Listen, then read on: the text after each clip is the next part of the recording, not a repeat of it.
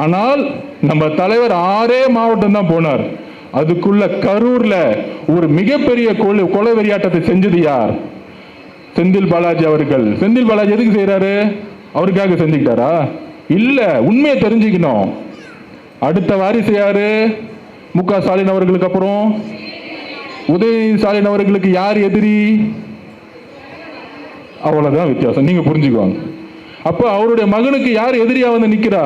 நம்ம எதிரி யாரு நினைச்சது இல்ல. நம்ம அரசியல் நல்ல நிர்வாகத்துக்கு கொடுக்கறதுக்கு தலைவர் வந்திருக்கிறார். அப்ப இவர் 6 டிஸ்ட்ரிக்ட் போயிட்டாரு, இன்னும் 30 டிஸ்ட்ரிக்ட் போகட்டா என்ன ஆகும்? அவ்வளவுதான், பெரிய சூறாவளி வந்து இவர் வீட்டில் எப்படி முடக்கலாம். அப்ப செய்யக்கூடாததை செய்ய நினைச்சு அதனால பல பழிகள் ஏற்பட்டு அந்த பழியை தூக்கி நம்ம மேல போட நினைச்சு அதுக்கு அவங்களே போலீஸ் ஆபீசர் அப்பாயின்ட் பண்ண போலதான் நம்ம சுப்ரீம் கோர்ட்டுக்கு போனோம். சுப்ரீம் கோர்ட் ஒரு நியாயமான விசாரணை வேணும்னு ஒரு ஜட்ஜ் அப்பாயின்மெண்ட் பண்ணிட்டாங்க. இவங்க விசாரணை நடந்துச்சுன்னா என்ன பண்ணிருப்பாங்க? இந்நேரம் நான் ஜெயில இருந்திருப்பேன். இன்னைக்கு வரைக்கும் நான் வெளியே வந்து பேசியிருக்க முடியாது. அண்ணன் ஆனந்தன் வெளியே வந்து பேசியிருக்க முடியாது.